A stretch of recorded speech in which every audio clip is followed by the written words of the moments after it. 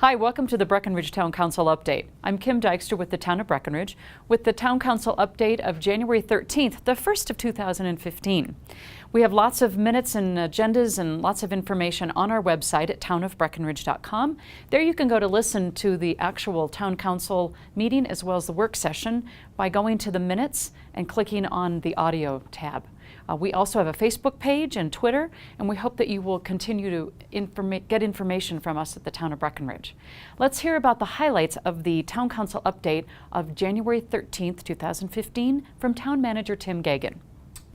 It was the first meeting of 2015, January 13th, and we started talking about a couple of different issues that we have coming up. One of them, tobacco, and in a couple different ways. One of them was for minors, and then one of them was looking at taking our current ordinances and matching kind of the state in terms really of where it's in the entrance when you get into a business. Sure. Yeah, some of it was just kind of a revisiting. We haven't really looked at our smoking prohibition ordinance for almost 10 years. And Breckenridge was one of those ones early on, even before the state did it, that put in place the no smoking in public places and bars and restaurants. So this was an opportunity to, one, the state made some modifications over the last couple of years at the legislature, and one was in fact about minors. One of the things we've seen is the new industry of what they call e-cigarettes and vapor devices. And kids, how do they fit into that whole discussion? So the state updated their code to in fact ensure that kids under 18 years of age cannot buy them. And so we mirrored them. We were also worried about that as we were hearing some reports that some of the middle school kids and stuff like that were getting their hands on those type of things. But probably the bigger change was taking a look at our regulations relative to businesses. And one of the biggies is how close to a front door can you be when you smoke. We opted in the original days to go with 0 feet. The state did 15 feet. That worked for a number of years, but now we're hearing both from the businesses and from patrons that waft of smoke that tends to go into the business as people are smoking right outside of a door was not working very well. And the second part was outdoor seating. Where either bars or restaurants where they allow people to seat, whether it be to eat or drink, that one we had not really dealt with either. So the council took a look at both of those, and we had quite an extensive outreach to the public, both the restaurants, bars, the business community, our community as a whole. Got a lot of great responses, and by far the majority all believe that we should be a little bit stricter. So the council has had their first public hearing on that, and unfortunately nobody came and spoke, but hopefully the next meeting they will. So we're moving in that direction of tightening that up just a little bit to make it more comfortable for the non-smokers and still providing for areas where people can smoke outside the businesses. Okay, great. Well, more at the January 27th meeting. Right. And then we're also working on workforce housing. And by doing that, we've got a project that's ongoing right now that we've got some special counsel to, and we had to create a housing authority. Yeah, this is a project that we've been looking at now for a couple of years. It's called Pinewood 2. Pinewood 1 exists right across from the Justice Center for those people that are familiar with Airport Road area there. It's worked very well as a lower AMI or lower income housing rental project. It's always full at 100%. And we've had a real kind of a burgeoning crisis with a lot of lack of rentals now in the community, particularly at those lower income levels. So we actually have a piece of land that the county and the town worked on to acquire from the Forest Service that we're ready to put a project on.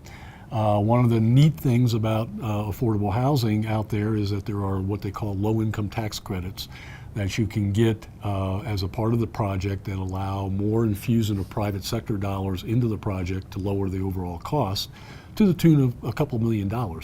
So we're looking at that, and as a part of that, we needed an expert that does those. And so we're hiring a counsel that's outside our normal town attorney, who's an expert in that area, and we expect also to do a little bit of debt. So we'll be hiring some kind of a bond counsel before this is all said and done.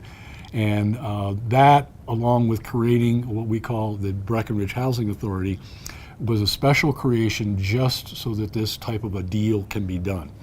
It's probably the only thing that they will work on is these type of low-income tax credit type of business arrangements, because we already have the Joint Housing Authority here in Summit County that does all the other work for us. So we're actually just creating this entity to make it easier and more legal for us to do this business deal to create this affordable housing on Pinewood 2, which, by the way, is going to be 45 units of housing, and almost all of that will be at the below the 60% AMI, Great. which is really great rental rates. Yes, very well needed project. So, public projects update that we get every meeting. The highlight, of course, was the Breckenridge Grand Vacations Community Center and Summit County South Branch Library that actually celebrated its grand opening January 10th. And by all accounts, it is just a fantastic addition to our community.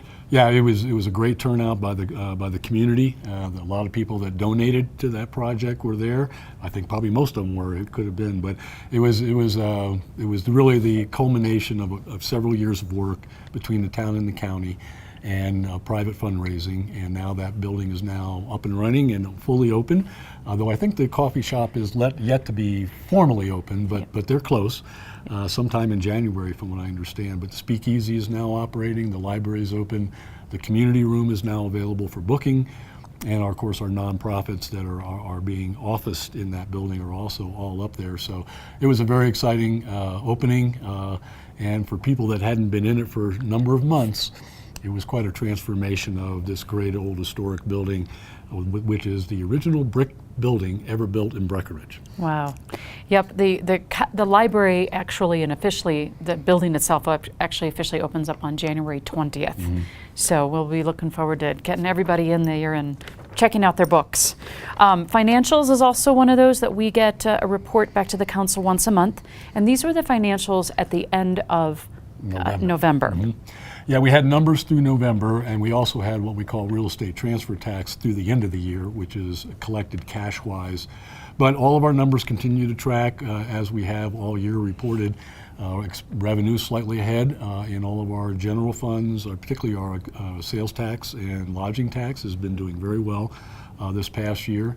And our expenses are slightly down, which is not atypical given different salary savings and things like that occur throughout the year. So it looks like, unless something dramatically happens in December, which we don't expect, our numbers will be a very positive net for the town in terms of good, strong revenue and expenses in control.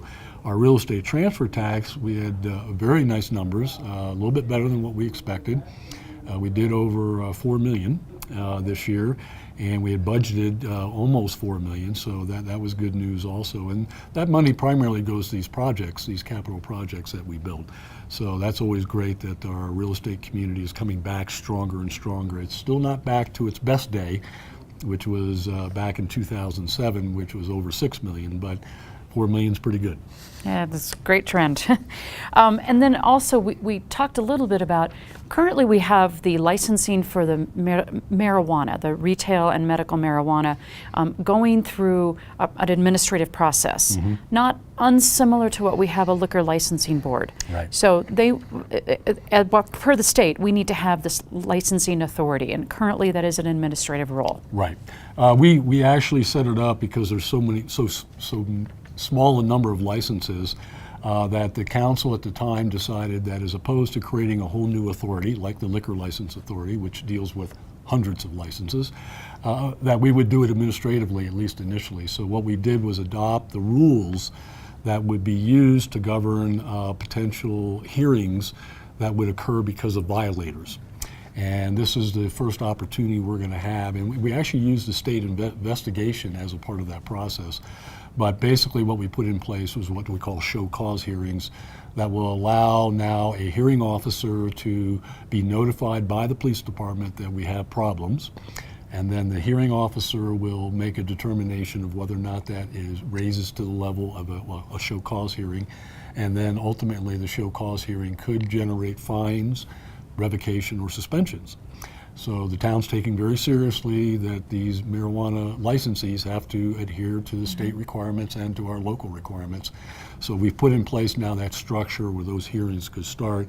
and it was reported that we're probably going to be seeing some hearings probably in the next 30 days. Okay.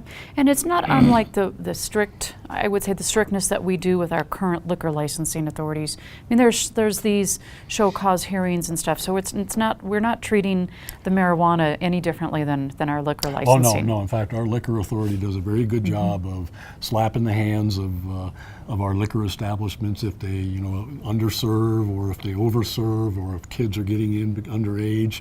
So that, and our liquor establishments are very responsible, and most of them do a great job, but there's always a few problems. Marijuana is a whole new industry, so it has some of those same rules, and we want them to make sure that they're not only technically operating by how the state has required them to operate, but also that they're doing all the other things that they're supposed to do so that kids don't come in.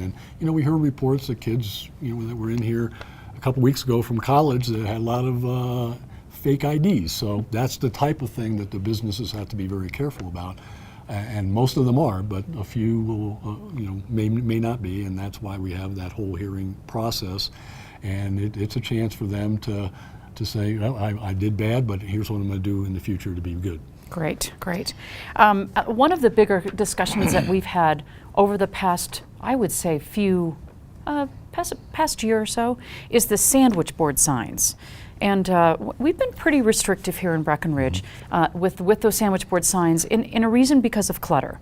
And then also our streets are our sidewalks are a little narrow, so we're concerned about people walking up and down, and also the snow removal. So sandwich board signs has been a really big issue. Right.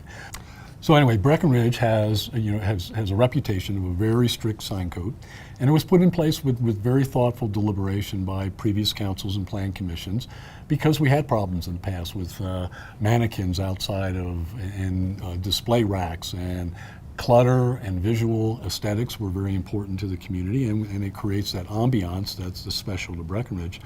So we had businesses come to us in the last year or so because several were not following the code. They were putting out sandwich boards. And the council said, well, before we just say no, because that's what the code says right now today, let's first form a business task force. Let's see if there is a way to get to this that would both meet the aesthetics and those type of concerns, but also maybe be a little bit more flexible with how businesses can display their business. And then we also had the Plan Commission take a look at it. So this was kind of the culmination of all that input that the council heard. And the Plan Commission came back very strongly suggesting that you're opening a big door, because once one does it, how many more are you going to see up and down Main Street, and is that really what you want to see long term? And then, of course, on the other side, the Business Task Force was suggesting a certain allowability on private property, which only certain businesses could take advantage of, because a lot of businesses butt right up to the public right away. So ultimately, the council Tuesday night now, decided to go with the current code and say, this worked pretty well. We're really worried about that opening that door and that we could have a lot of problem. But they also said we got to be really good about consistent enforcement. And that's one of the complaints we've heard from businesses. Our process is fairly cumbersome.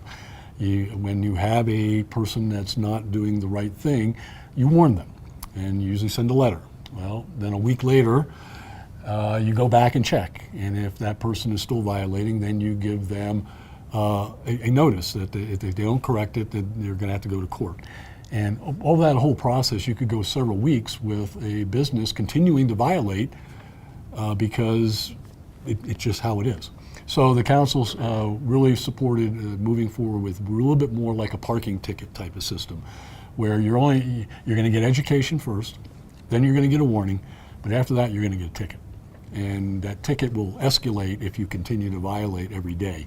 So hopefully that will send the message to the businesses that are not being good citizens to do that. And for our businesses that are being good citizens, they'll be able to see a correction very quickly. So that we won't get the complaint that, well, Joe Blow over here is doing it, why can't I do it? So that will also happen as a part of this change where the council is going to uphold the current code. And that code change occurs both downtown, but it also is outside of town. Now, we do have a different standard outside of town that's for what we call outside display. Inside the core town, you're limited to one item. So if you wanted to put a mannequin out in front of your store, you could do one mannequin. But outside of town, that same standard the code is different. And there, the city markets of the world, for instance, can have a lot of outside display. They can have their propane tanks outside. They can have this and that. So the council wants to take a little closer look at that down the road, but right now they didn't change that. So there is a slightly different standard outside of town than there is inside of town for that outside display. But sandwich boards across the board are still not permitted. Great. Okay, well, we'll look forward to seeing some more on that. Great. Thanks, Tim. There you have it, all the information from the town manager, Tim Gagan, for lots of information that's going on at the town council meetings. We also have a great deal of information on our website, so please visit us there or engage with us on our Facebook account or Twitter. Come and visit us at the next town council meeting. It's the fourth Tuesday of the month, January 27th. The work session begins at 3 p.m. and the evening meeting begins at 7:30 right here in Council Chambers in Breckenridge Town Hall. On behalf of the Town Council, as well as all of us here at the Town of Breckenridge, we thank you for your interest and look forward to seeing you in the future.